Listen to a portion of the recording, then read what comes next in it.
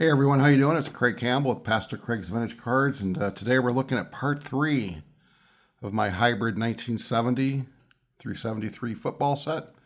Again, each person that ever had a card is going to be in here. One card for each person. If it's your only card, so be it. If you had 4 cards, I just choose one card to be in the set. And we're going to start off with Jim Bailey, and this is his rookie card, 1973. He had cards issued also in 74 and 75. He was drafted in 1970 with the 44th pick by the Colts. He spent 5 years with Baltimore. He played, and he also won Super Bowl V with the Colts, so he got to play in Super Bowl V. He spent the 75 season with the Jets, and then 76 through 78 with the Falcons. Jim played in 116 NFL games, starting 83, and he had 1 interception and 6 fumble recoveries. Over here we got Ralph Baker. This is Ralph Baker's rookie card is a 1970, Ralph's rookie card is a 1965 Topps. And he had cards issued from 67 to 68 as well as 73 through 75. Ralph was drafted in 1964 by the Jets with the 43rd pick. He played his entire career with the New York Jets from 64 to 74. He played in 142 games. He started 132. Ended up with 19 interceptions with 2 touchdowns and 2 fumble recoveries. He was a starter for the New York Jets in the 1968 Super Bowl, Super Bowl III, when the Jets beat the Baltimore Colts. Over here we got Tony Baker. This is his rookie card, 1970 rookie card for Tony Baker. He had a card also issued in 74. He was undrafted out of Iowa State in 1966. He played semi-pro football before the Saints game began, and before they signed him, and he began his career the following year. He was in one game in 1968, but then in 1969 he started all 14 games. He was named a Pro Bowler. Howard Cosell nicknamed him Touchdown Tony. Tony Dorsett, no, but Tony Baker, Touchdown Tony. He suited up in 86 games. He only started 32, though, and he ended up with 2,700 yards and 17 touchdowns for his career. And sadly, Tony died in 1998 in a car accident following a high school class reunion. Boy, oh boy, that's too bad. 1998, he died. So Tony Baker, Touchdown Tony. I didn't know that. That's interesting. Here you got Jim Bakken. I don't know. If you guys remember 1970s football, you're going to remember him. Even though the Cardinals were like really no good. His rookie card is a 1965 card, and he had cards issued from 66 through 68 and 71 all the way to 78. Jim was drafted by the Rams in 1962 in the 7th round with the 88th pick. But then the Rams let him go. He signed with the Cardinals after never playing for the Rams. Get this, he signed with the Cardinals in 62, and he played with them all the way to 1978. Boy, the Rams really made a mistake on him. He was named to 4 Pro Bowls. He was named to the 1960s and the 1970s NFL All-Decade teams.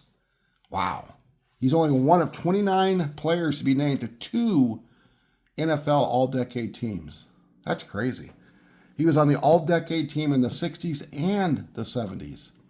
He played in 234 straight games. When he retired after the 78 season, he had the second most points ever in the NFL behind George Blanda.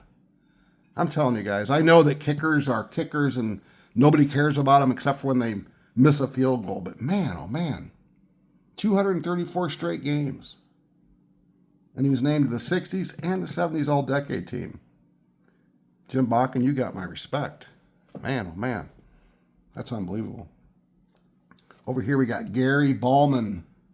His rookie card is a 1964 Philadelphia. And he is playing for the Eagles, by the way, but Philadelphia was the card. It wasn't the Topps. He had cards between 64 and 67, and then Topps cards between 68 and 70. This is his last card issued. He was drafted by the Steelers, an 8th round pick, number 104 in 1962. That was a good year because that's the year I was born. He played with the Steelers from 62 to 66. Eagles 67 to 72. He split the 73 season between the Giants for 3 games and the Vikings for 5 games. He was a two-time Pro Bowler in 64 and 65. He played in 131 games and finished with 323 catches for 37 touchdowns.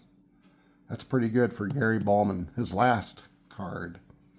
Over here we've got Banaszak, his rookie card. It's his rookie card. His only other card is a 75 tops. And Kaz was drafted in the first round with pick number 11 by the 49ers. Wow, pretty high. He played all 10 years for the 49ers from 68 to 77. Played in 120 games, starting 112. So that's pretty good. I just don't really recall ever hearing his name. And just in case you're curious, Kaz, his real name is Kazmir. And he died in 2019. So Kazmir Banaszak is his name.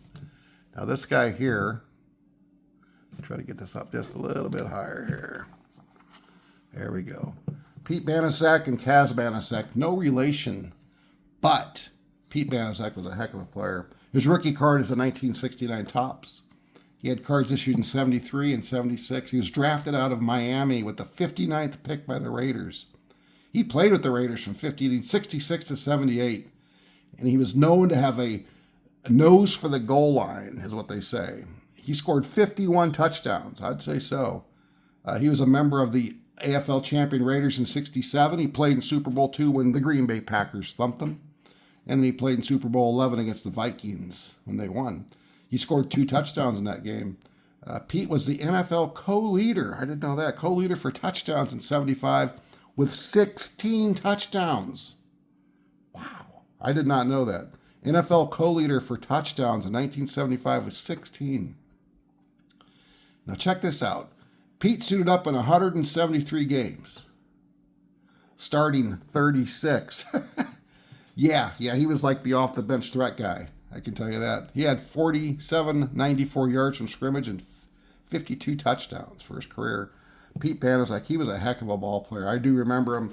I really don't remember him being the NFL co-leader with 16 touchdowns. Oh, my gosh.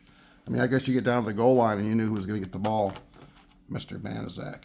This guy here, Eric Barnes, this is a pretty cool-looking card. I love that. His rookie card is a 1960 Topps. He had cards from 61 to 65 and then 68 to 71. This is his last card. He was drafted in 1958. Man, that's going back a ways. The 42nd pick by the Bears. He played for the Bears from 58 to 60. Traded the Giants in 61. He was a first-team All-NFL honors player. He played the NFL championship game against the Packers in 62. And that was the year Green Bay won. After 64, Eric was traded to the Browns. He played from the Browns from 65 to 71. And he was a Pro Bowler 6 times, All-Pro 4 times. Dang. Played in 177 games, starting 165. He had 45 interceptions, 7 for touchdowns, and 12 fumble recoveries. Eric was known as an aggressive and physical player. That's pretty impressive. Nice career, Mr. Eric Barnes. And lastly, this guy here, Barney. Yeah, he's a Hall of Famer. 1992. His rookie card is a 1970 Topps. Lim was drafted by the Lions in 67, round 2. Pick 34. He was named Defensive Rookie of the Year in 67. He played in 7 Pro Bowls. He was a first-team All-Pro in 68 and 69. And then in 1978, Barney was allegedly heard on a wiretap discussing drugs, and then he was placed on the waiver list. No other team would pick him up. That was the end of his career. He played 140 games, starting 136. He had 56 interceptions, 17 fumble recoveries, and 10 touchdowns. Inducted in the Hall of Fame in 92. His number 20 is retired by Detroit. Of course, Billy Sims and the great Barry Sanders also wore number 20. Lombardi was a heck of a football player, and I'm glad that he's in the Hall of Fame. Man, he was a shutdown defensive back for the Detroit Lions back in the day. I remember that. But, man, I love these cards. And there's so much to learn about guys like Jim Bakken. I had no idea. I knew he was a good kicker, but I didn't know that. And Banaszak, that many touchdowns? Wow. Fantastic. And Lim Barney, that just reminds me of my NFL fandom, loving football in the early 70s, because Lim Barney was a great player with the Detroit Lions. All right, guys, I hope you enjoyed this. Man, I'm just really, I loved putting this together, and I love talking about it. And I hope you enjoy it. If you do, just keep on watching. There's going to be more to come. Take care, everyone.